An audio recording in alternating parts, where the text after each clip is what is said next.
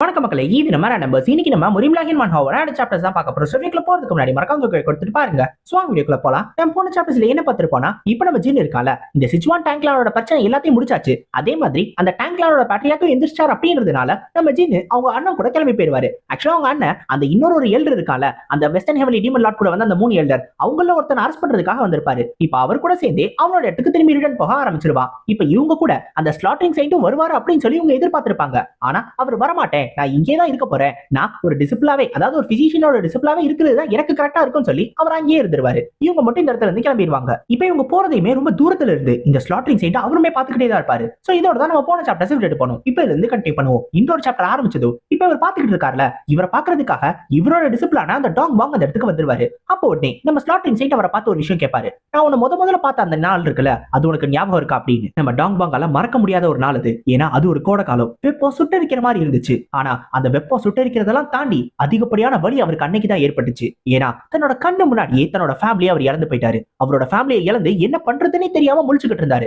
அப்பதான் அவரோட மாஸ்டரான இந்த ஸ்லாட்டரிங் சைட்டை பார்த்திருக்காரு. சோ அதுக்கப்புறம் நிறைய முறை அவர் யோசிச்சு பார்த்திருக்காரு. அந்த நாளை பத்தி திருப்பி யோசிச்சிருக்காரு. ஒருவேளை தன்னோட மாஸ்டர் மட்டும் கொஞ்ச நாளைக்கு முன்னாடி நான் பார்த்திருந்தா என்னோட ஃபேமிலியை என்னால காப்பாத்திருக்க முடியல அப்படின்னு. ஆனா அந்த ஒரு விஷயத்தை திருப்பி யோசிச்சு பார்த்தா மட்டும் அவரோட ஃபேமிலி திரும்பி வந்துரும் சொல்ல முடியாது. அதுக்கப்புறம் ரொம்ப நாள் கழிச்சுதான் இவர் உண்மையிலே யார் அப்படின்றது இவருக்கு தெரிய வந்துச்சு. ஆக்சுவலா நம்ம டாங் பாங்க்கு அதுக்கப்புறம் தான் இவர் தான் உண்மையான ஸ்லாட்டரிங் சைட் அப்படின்றது தெரிய வந்துச்சு. அப்போ நம்ம முன்கியும் கேட்பாரு, அப்படியே நீ என்னை விட்டு போகாம இருந்த, நான் தான் ஸ்லாட்டரிங் சைட்னு தெரிஞ்சிச்சுனா நீ என்னை விட்டு போயிருக்கலாமே, ஏன்னா என்ன இருந்தாலும் நான் ஒரு கொலகாரம் தானே அப்படின்னு சொல்லுவாரு. அப்போ நம்ம டாங் பாங் சொல்லுவாரு, இல்ல எனக்கு நல்லாவே தெரியும், எனக்கு உண்மை என்னன்றது தெரியும். என்னோட மாஸ்டர் உண்மையான டிவைன் பிசிஷியன். அப்படி இருக்கிறப்ப என்னோட மாஸ்டர் ஒருத்தவங்கள காரணமே இல்லாம கொல்லவே மாட்டாரு. அது எனக்கு தெரிஞ்சதுனால தான் நான் உங்க கூடவே இருக்கேன் அப்படின்னு. இப்ப கொஞ்ச நேரம் அதை பத்தி யோசிச்சுட்டு இப்ப நம்ம முன்கியும் சொல்லுவாரு, சரிவா நம்ம பண்றதுக்கு நிறைய வேலை இருக்கு, நிறைய பேஷன்ஸ் நம்மளுக்காக வெயிட் பண்ணிக்கிட்டு இருக்காங்க, நம்ம போய் அவங்க எல்லாரும் அட்டென்ட் பண்ணணும் அப்படின்னு. அப்போ நம்ம டாங் பாங் சொல்ல ஆரம்பிப்பாரு, இதுக்கப்புறம் ஒரு பெரிய போர் வரப்போகுது, அது உங்களுக்கும் தெரியும். திருப்பி அன்னைக்கு நடந்த விஷயங்கள் அது எல்லாமே திருப்பி அப்படியே நடக்க போகுது. நிறைய பேர் இதுல இறந்து போவாங்க, நிறைய பேர் அவங்களோட ஃபேமிலியை இழந்து போவாங்க. வெறும் கவலையும் கண்ணீரும் மட்டும் தான் அந்த மக்களுக்கு மிச்சமா இருக்க போகுது. இப்ப நான் எதை பத்தி பேசுறேன்றது உங்களுக்கு நல்லாவே தெரியுது தானே மாஸ்டர்னு சொல்லுவாரு. ஆனா நம்ம முன்கியோக்கு அதை பத்தி தெரிஞ்சுக்கிறதுல விருப்பமே இல்ல.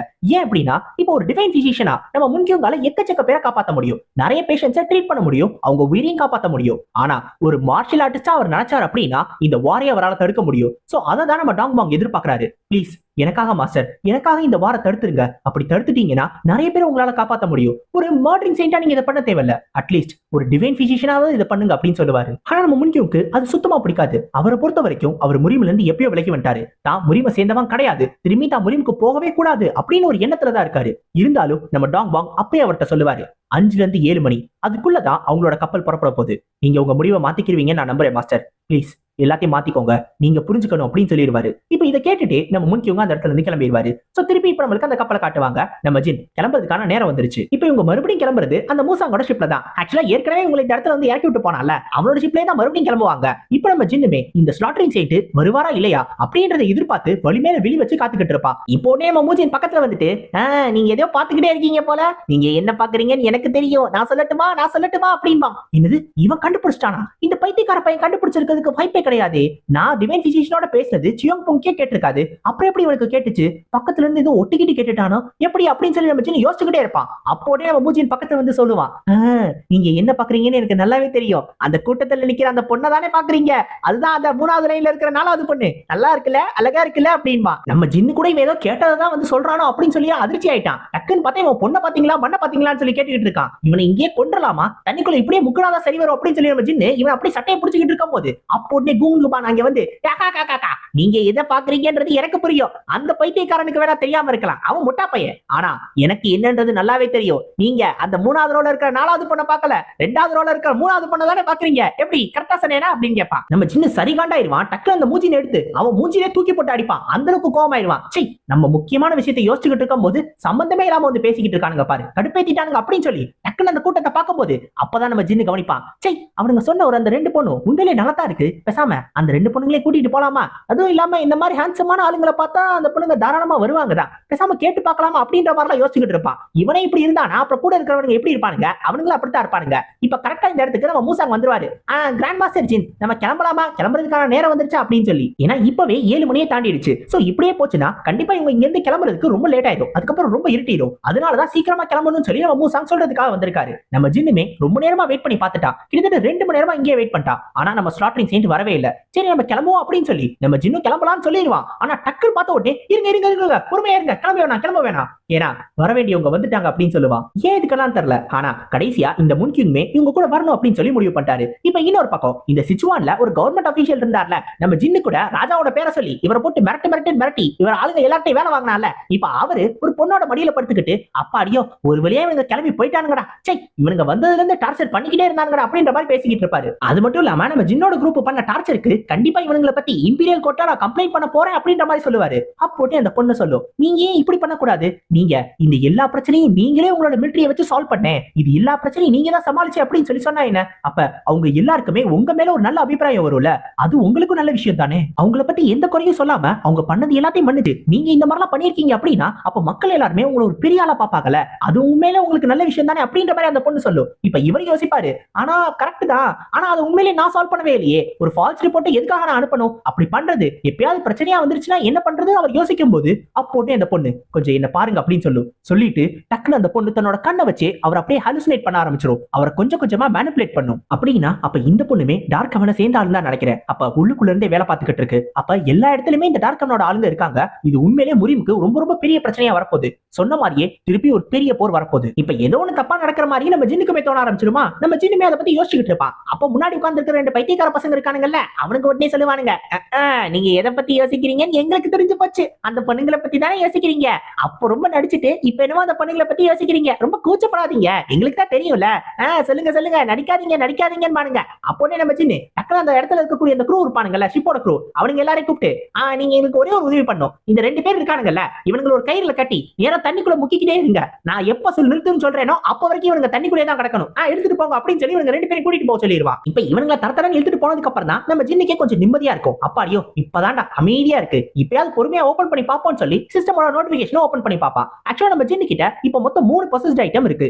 ஒன்னு அந்த ஒயிட் ஃப்ளேம்ஸ் அவனோட ஸ்பியர், ரெண்டாவது மை ரியாட் பாய்சன் ட்ரிங்க், அது அந்த டேங்க்லோட பேட்ரியா கிட்ட இருந்து கிடைச்சது. இப்ப மூணாவதா இன்னொரு ஐட்டமும் இருக்கு. அது என்னன்றத நம்ம ஜின்னு இன்ன வரைக்கும் ஓபன் பண்ணி பார்க்கல. சோ அது என்னன்றதுதான் இப்ப ஓபன் பண்ணி பாப்பான். அதை ஓபன் பண்ணி பார்க்கும்போது அவனுக்கு தெரிய வரும் அது ஒரு டிஃபென்ஸ் ஆர்மர், அது ரொம்ப ரொம்ப சூப்பரான ஒரு டிவைன் லெவல்ல இருக்கக்கூடிய ஒரு ஆர்மர் அப்படின்னு. இது எப்பறம் நம்ம ஜின்னுக்கு கிடைச்சிச்சு அப்படின்னு சொல்லி கேட்டீங்கன்னா, அந்த வெஸ்டர்ன் ஹெவன்லி டீமன் லார்ட் ஒரு ஸ்ட்ராங்கான ஆர்மர் போட்டிருந்தால, சோ அவன் போட்டிருந்த ஆர்மர் தான் இந்த டிவைன் ஆர்மர், அவன் தான் பிளாக் டிராகன் ஆர்மர் அப்படின்னு சொல்லியிருப்பான். இப்ப அந்த ஆர்மர் அவன் செத்ததுக்கு அப்புறம் அப்படியே நம்ம ஜின்னுக்கு வந்துருச்சு. இது ரொம்ப ரொம்ப டிவைன் லெவல்ல இருக்கிறது, ஸ்ட்ராங்கா இருக்கிறது அப்படின்றதுனால நம்ம ஜின்னுக்கு இது ஒரு பொசஸ்ட் ஐட்டமா மாறிடுச்சு. சோ இந்த ஒரு விஷயத்தையும் நம்ம ஜின்னால ரியாலிட்டியில யூஸ் பண்ணிக்க முடியும். இப்ப நம்ம ஜின்னோ இந்த ஐட்டம் என்னடா அப்படின்றத ஓபன் பண்ணி பாப்பா. ஆனா அப்பதான் ஒரு பெரிய சாக்கு, ஏன்னா அந்த ஐட்டம் ரொம்ப ரொம்ப குட்டியா இருக்கும், இத்தனையோடு இருக்கும். ஆக்சுவலா நம்ம ஜின்னு அந்த ஐட்டமை பார்த்தோடனே கண்டுபிடிச்சிருவான் அது உண்மையிலே அந்த வெஸ்டர்ன் ஹெவன்லி டீமன் லார்ட் போட்டிருந்ததுதான் அப்படின்னு. ஆக்சுவலா அவன் போட்டிருக்க ஆர்மரோட பீஸ் தான், ஆனா இத்தனையோடா இருக்கே, இதை வச்சு நான் எதனா கவர் பண்ணுவேன், எதையுமே முழுசா கவர் பண்ண முடியாது, ஒருவேளை கண்ணுல போட்டுக்கணுமோ, கண்ணை கவர் பண்ணிட்டு சுத்தலாமோ, நானும் ஒரு பைரேட்டா மாறிடுவேனோ அப்படின்ற மாதிரி எல்லாம் யோசிப்பான். அப்ப கரெக்டா நம்ம முன்கியும் அந்த இடத்துக்கு வருவாரு. அவர் உடனே நம்ம ஜின்னு கையில வச்சிருக்கிறத பார்த்துட்டு,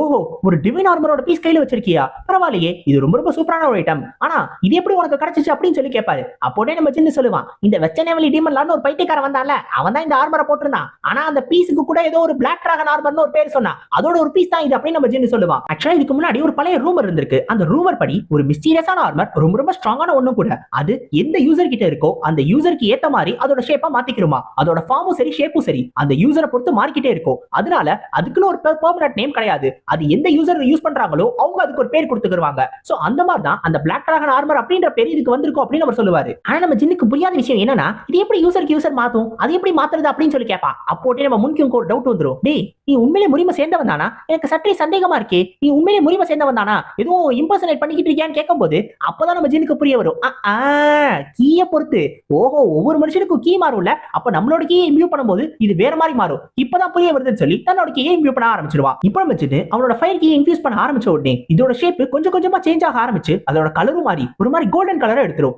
ஆனா அப்பயுமே அது குட்டியா தான் இருக்கும், இதை வச்சு ஒண்ணுத்தையுமே கவர் பண்ண முடியாது. இருந்தாலும் நம்ம ஜின்னுக்கு ஒரு பேர் வச்சிருவா, ஃபயர் டிராகன் ஆர்மர் அப்படின்னு. இப்போ ஒரு பேர் செட் பண்ண உடனே சிஸ்டம் இதோட டிஸ்கிரிப்ஷன் அப்டேட் பண்ணிரும். ஆக்சுவலா இந்த ஒரு ஆர்மர் இருக்குல்ல, இதோட broken pieces அது திருப்பி எடுக்கணும், திருப்பி அதோட பழைய ஃபார்முக்கு அது போகணும் அப்படின்னா நம்ம ஜின் அவனோட பவரை கொஞ்சம் கொஞ்சமா கொடுத்துக்கிட்டே இருக்கணும். அப்படி பண்ணானா திருப்பி இது பழைய மாதிரி ரெஸ்டோர் ஆயிரும். இப்போ நம்ம ஜின் செக் பண்ண வேண்டிய எல்லாத்தையுமே செக் பண்ணிட்டான். இப்போ ரியாலிட்டிக்கு எந்த பிரச்சனையும் இல்லாம போகலாம் அப்படின்னு சொல்லி அந்த இடத்துல இருந்து கிளம்புவான். அப்போ ஒரு க்ரூ இருக்கானுங்கல்ல, அந்த க்ரூவோட ஒரு குரூப் அந்த இடத்துக்கு வந்து அவங்க உட்கார்ந்து சாப்பிட்டுக்கிட்டு இருப்பானுங்க. அப்ப நம்ம முங்கியும் கேட்பான், ஆமா ஜின் நீங்க எங்க போறீங்க அப்படின்னு. அப்போதே நம்ம ஜின், டேய் அத பத்தி நீ ஏன்டா கேக்குற, அத பத்தி கேட்கறதுக்கு உனக்கு தகுதியே கிடையாது, வாய மூடிட்டு இருடா அப்படின்னு சொல்லி திட்டிட்டு போவான். ஆக்சுவலா இதை கேட்ட உடனே அவருக்கு கோவம் வரும். இருந்தாலும் பக்கத்துல ஆளுங்க இருக்காங்க, எதுவும் பேச முடியாம அவர் அப்படியே கோவத்தை அடக்கி வச்சுக்கிட்டு இருப்பாரு. இதுதான் சான்ஸ் சொல்லி நம்ம ஜின் பழி வாங்க ஆரம்பிச்சிருவான். இப்போ நம்ம ஜின் ரியாலிட்டிக்கு போறதுக்கு லாக் அவுட் பண்ணும்ல, அதுக்காக தூங்குறதுக்காக வந்துருவான். கரெக்டா இங்க தூங்கினா அப்படின்னா மினிமம் ஒரு 2 மாசமாவது அவர் ரியாலிட்டியில இருப்பான். இப்போ அவன் தூங்கிட்டு லாக் அவுட் பண்ண ஆரம்பிச்ச உடனே அந்த செகண்ட்ஸ் ஓடும்ல, அப்பதான் நம்ம ஜின்னுக்கு ஒரு டவுட் வரும். இரு எல்லாத்தையுமே பண்ணிட்டோம், ஆனா எதையோ ஒண்ணு மிஸ் பண்ண மாதிரியே இருக்கே, என்னத்தை மிஸ் பண்ணோம், எதையும் மிஸ் பண்ணிட்டோமா, இல்ல யாருக்கிட்டே ஏதாவது ஒண்ணு சொல்லிட்டு மறந்துட்டோமா, என்னன்னே தெரியலையேன்னு சொல்லி யோசிச்சுக்கிட்டு இருப்பான். ஆனா நம்ம ஜின்னுக்கு தெரியாத ஒரு விஷயம் என்ன அப்படின்னா, அவன் கரெக்டா ஒரு 2 பேரை தண்ணிக்குள்ள இறக்க சொன்னால அவனுங்க இன்ன வரைக்கும் இறக்கிக்கிட்டே இருப்பானுங்க. ஆக்சுவலா நம்ம ஜின்னு ரியாலிட்டிக்கு போயிட்டு வர வரைக்கும் அந்த தண்ணிக்குள்ளே தான் அவனுக்கு கடக்க போறானுங்க. என்ன மீனுக்கு இறையா லாபம் இருந்தா சரி. இப்ப நம்ம ஜின்னு திரும்பி ரியாலிட்டிக்கு போயிருவான். அப்படியே பொறுமையா கண்ணை ஓபன் பண்ணுவானா, முன்னாடி பார்த்தா நம்ம டீம் லீடர் சோய் யோ ஜின் பேக்கும் எந்திரி எந்திரி எந்திரின்னு சொல்லிட்டு அவன் எந்திரிச்ச உடனே பலார்னு ஒன்று கண்ணத்திலே விடுவாரு. நம்ம ஜின்னு உடனே அதிர்ச்சி ஆயிடுவான். ஏங்க ஏங்க இப்படி அடிக்கிறீங்க, எங்க ஜின்னு சொல்லி கூப்பிட்டு எம்பளை எழுப்பினா நான் எந்திரிக்க மாட்டேனா, அதுக்கா இப்படி அடிக்கணுமான்னு கேட்பான். டேய் பைத்தியக்கார், உன்னை நான் எவ்வளவு நேரமா கூப்பிட்டேன்னு உனக்கு தெரியுமா, நீ எந்திரிக்காம தூங்கிட்டே இருக்க, நமக்கு ஒரு பெரிய பிரச்சனைடா அப்படின்னு பாரு. ஏங்க நான் ஒரு சின்ன ஆள் தூங்கி அதனால கொஞ்சம் ஆழமா தூங்கிட்டேன், அதுக்கா இப்படிலாமா அடிக்கிறது, நல்லா பாருங்க இன்னும் பறந்துகிட்டு தானே இருக்கும், இன்னும் லேண்டே ஆகல, அதுக்குள்ள என்னங்க பிரச்சனை, அதான் சைனா இன்னும் வரல அப்படின்பா. நம்ம ஜின்னு சொன்ன மாதிரி சைனா என்னமோ இன்னும் வரலதான், ஆனா பிரச்சனை என்னமோ இவங்களை தேடி வந்துருச்சு. ஆக்சுவலா இவங்களை அட்டாக் பண்றதுக்காக ஒரு பெரிய வைவனோட கூட்டம் அந்த இடத்துக்கு வந்திருக்கு. நார்மலா இந்த வைவன் இருக்குல்ல, இதெல்லாத்தையும் நம்ம பாக்குறது ரொம்ப ரொம்ப ரேரான ஒரு விஷயம், அதுவும் இதுல ஒன்ன தனியா பாக்குறதே ரேரான விஷயம். அப்படி இருக்கிறப்ப ஒரு பெரிய வைவனோட கூட்டம் இவங்களை அட்டாக் பண்ண வந்திருக்கு அப்படின்னா இது ஒன்னும் கோயின்சிடன்ஸான விஷயம் கிடையாது. ஏற்கனவே ஏர்போர்ட்லயுமே நிறைய மான்ஸ்டர் வந்துருச்சு. சோ இவங்களால லேண்ட் ஆக முடியாம ரொம்ப நேரமா பறந்துகிட்டே இருக்காங்க. சோ இவங்களுக்கு இவ்வளவு பெரிய பிரச்சனை போயிட்டு இருக்கு. இந்த நேரத்துல தான் நம்ம ஜின்னு தூங்கிட்டு இருக்கான். ஒருவேளை இந்த பிரச்சனையெல்லாம் சமாளிக்கல அப்படின்னா அந்த லிச்ச பாக்குறது என்ன, லிச்ச பார்க்க போறதுக்கு முன்னாடியே இவங்க ஆகாயத்தை அடக்கமாயிருவானுங்க. இப்பதான் நம்ம ஜின்னுக்கு டக்கு ஞாபகம் வரும், ஆமால நம்ம உண்மையிலே சைனாவுக்கு கிளம்புனதே அந்த லிச்ச தோக்கடிக்க தானே, ரொம்ப நாள் ஆனதுனால மறந்து போச்சு. சரி பரவாயில்ல, முதல்ல இந்த பிரச்சனையை சமாளிப்போம், அப்புறம் அந்த லிச்ச சமாளிப்போம் அப்படின்பா. அப்போட்டே அந்த பின்னாடி இருந்து அந்த ஸ்கெலிட்டன் சொல்லும், டேய் அதெல்லாம் நம்மளால பண்ண முடியாதுடா, ஏன்டா இந்த மாதிரிலாம் பண்ணிக்கிட்டு இருக்க, அந்த லிச்சி கிட்ட போனோம்னு வச்சுக்கோவே நம்ம எல்லாருமே செத்துருவோம், அதனால இப்படியே திரும்பி போயிடுவான்டா அப்படின்னு சொல்லும் போது, டேய் மூதேவி பயத்துல உளராத, நீ ஏற்கனவே செத்துட்ட, திரும்பி எத்தனை தடவை சாக போற, கவலைப்படாத, எல்லா பிரச்சனையும் நான் பாத்துக்கிறேன் அப்படின்னு சொல்லுவா. இப்போ உடனே சோயை பார்த்து கேட்பான், ஆமா இந்த இடத்துல ஒரு பெரிய ஹோல் போட்டா இந்த பிரச்சனையும் வராது அப்படின்னு. நம்ம சோய்க்கு ஒண்ணுமே புரியாது, என்னது ஓட்டர் பிளேன்ல ஓட்ட போட முடியா, அடே ஓட்டையை போட்டினா ஏர் பிரஷர் டிஃபரன்ஸ் வந்துருமே, அப்புறம் நம்மளுக்கு தானே பிரச்சனை அப்படின்னு சொல்லும் போது அப்பதான் யோசிப்பாரு, இரு நம்ம ஜின் அப்படி ஒரு ஐடியாவை அப்படி சம்பந்தமே இல்லாம கொடுக்க மாட்டா, அப்போ உன்கிட்ட ஏதோ ஒரு பிளான் இருக்கு, சரி பரவாயில்ல நீ என்ன வேணாலும் பண்ணு, ஏர் பிரஷர் நான் எப்படியாவது டீல் பண்ணிக்கிறேன் அப்படின்னு. இப்போ நம்ம ஜின்னுமே ஓகே அப்படின்னு சொல்லிட்டு டக்குன்னு தன்னோட ஆரா பிளேட வெளில எடுப்பான். நார்மலா ஆரா பிளேடு ரொம்ப ரொம்ப ஸ்ட்ராங்கான ஒண்ணு, அதை நம்ம ஜின்னு கத்துக்கிட்டா அப்படின்னா எப்படி தூங்கி எந்திரிச்ச உடனே ஸ்ட்ராங்கா மாறிட்டா அப்படின்னு சொல்லி இவருக்கு ஆச்சரியமா இருக்கும். நம்ம ஜின்னு டக்குன்னு தன்னோட ஆரா பிளேட்ஸை யூஸ் பண்ணி அந்த ஒரு பிளேன்ல டக்குன்னு ஒரு ஓட்டையை போட்டுருவா. இவரு டக்குன்னு தன்னோட கீயை யூஸ் பண்ணி எப்படியும் அந்த இடத்துல ஒரு பேரியர் கிரியேட் பண்ணிடுவாரு, அதனால ஏர் பிரஷர்ல டிஃபரன்ஸ் வந்திருக்காது. இப்போ கரெக்டா அந்த நேரத்துல அந்த வைவன்ஸ் ரொம்ப பக்கத்துல வந்துருங்க. இப்போ நம்ம ஜின்னுமே சண்டை போடுறதுக்கு ரெடி ஆயிட்டான். இப்போ உடனே சோயை பார்த்து சொல்லுவா, சரி நான் கொஞ்சம் வெளில போயிட்டு வந்துடுறேன், அது வரைக்கும் இந்த இடத்த பாத்துக்கோங்க அப்படின்னு சொல்லிட்டு டக்குன்னு தன்னோட ஒயிட் ஃபிளேம்ஸை கையில எடுத்துக்கிட்டு நம்ம ஜின்னு சண்டை போடுறதுக்கு ரெடி ஆயிட்டா. ஒரு கை பார்த்துட்டு வருவோமா அப்படின்னு சொல்லிட்டு நம்ம ஜின்னு அந்த பிளேன்ல இருந்து வெளில குதிக்கிறதோட டக்குன்னு இந்த சாப்டர் முடிக்கிறாங்க. என்னடா இது சம்பந்தமே இல்லாம இந்த இடத்துல முடிக்கிறாங்க அப்படின்னு சொல்லி கேட்டீங்கன்னா, ஆக்சுவலா ஆத்தரோட ஹெல்த் ரொம்ப ரொம்ப மோசமா இருக்கிறதுனால தான் ஏற்கனவே நடுவுல நிறைய பிரேக்ஸ் எடுத்துக்கிட்டாரு. இப்ப அவரோட ஹெல்த் திருப்பி ரெக்கவர் பண்றதுக்காக ஒரு பெரிய பிரேக்கா எடுத்துக்கிட்டாரு. அதாவது இந்த சாப்டரோட மொத்தமா இந்த சீசன் எண்ட் ஆயிடுச்சு. அடுத்த சீசன் எப்ப ஆரம்பிக்க போறாங்க அப்படின்றத பத்தி எதை பத்தியுமே சொல்லாம டக்குன்னு இந்த சீசனை எண்ட் பண்ணிட்டாங்க. சோ அடுத்த சீசன் எப்ப ஆரம்பிக்க போகுதுன்றது நமக்கும் தெரியாது. இருந்தாலும் கண்டிப்பா சீக்கிரமாவே ஆரம்பிப்பாங்க அப்படின்னு சொல்லி நான் நம்புறேன். சோ அதனால தான் இந்த 2 சாப்டரோட அப்படியே இந்த முடிச்சுக்கலாம் அப்படின்றதுக்காக இந்த 2 சாப்டரை அப்லோட் பண்ணிருக்கேன். சோ அடுத்த சீசன்ல உங்களை சந்திக்கிற வரைக்கும் சயனோரா गाइस, அரிகத்தோ கோசாய்மஸ்.